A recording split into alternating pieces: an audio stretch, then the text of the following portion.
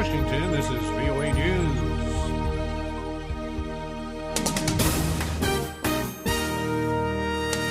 Burkina Faso under state of emergency. Shooting stoke Jewish-Muslim tensions in Jerusalem. I'm Ray Kouguell reporting from Washington. Burkina Faso's president declared a state of emergency and dissolved the government Thursday after protesters attacked parliament and other government buildings as the army appeared to take control of the country. The army chief issued a statement that a transitional body will seek a return to constitutional order within 12 months. The unrest erupted as lawmakers prepared to vote on a proposed constitutional amendment that would allow President Blaise Compaore to run for another term in next year's elections. He's ruled the country for 27 years. The global medical charity Doctors Without Borders says mandatory quarantines for U.S. healthcare workers are having a chilling effect on its ability to fight Ebola in West Africa. The group says the quarantines for those returning from Africa are not based on established medical science. Doctors Without Borders says the quarantines are undermining its efforts. The group says it supports American volunteer nurse Casey Hickox, who is defying a 21-day quarantine in the northeastern U.S. state of Maine after treating Ebola patients in Sierra Leone. Hickox says she has no symptoms, has tested negative for Ebola, and says the quarantine violates her civil rights. She refused to comply with the state's order by going on a bicycle ride with her boyfriend Thursday. President Obama says a decision to quarantine health workers who had direct contact with Ebola patients should be based on science, not fear.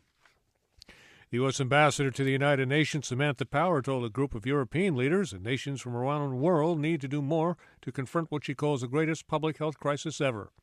This is VOA News. Ambassador Power explained her words. Ambassador Power says the initial international response is making a difference and has created what she called the first tangible signs that the virus can and will be beaten. But she said many countries have not done enough and called on them not to assume the job is done. The international community is not yet doing enough to stem the tide of the epidemic, causing devastating heartbreak to countless families and allowing a global threat to metastasize. Ambassador Power said governments need to stop spreading fear, in part by unnecessarily putting restrictions on returning volunteers who've been to the infected countries. Al Pessin, VOA News, London. The Swedish government officially recognized the Palestinian state on Thursday.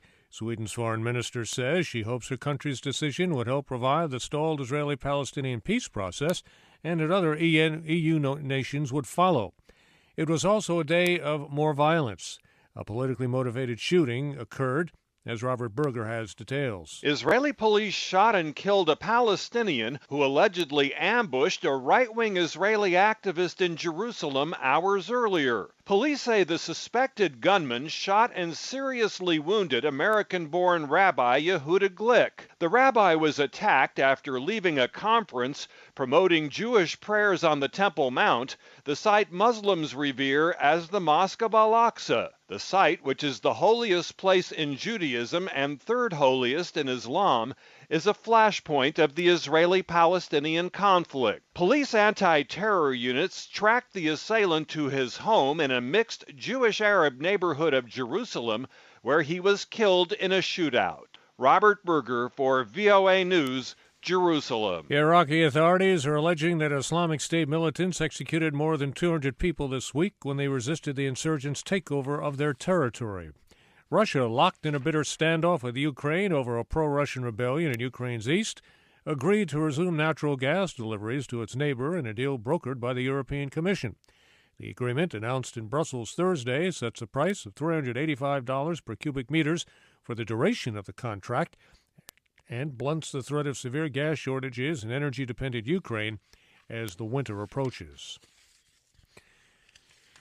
The U.S. economy expanded at a solid 3.5% annual rate in July, August, and September. The Commerce Department says third-quarter growth was helped along by exports and spending by consumers and government. I'm Ray Kouguell in Washington. That's the latest world news from VOA.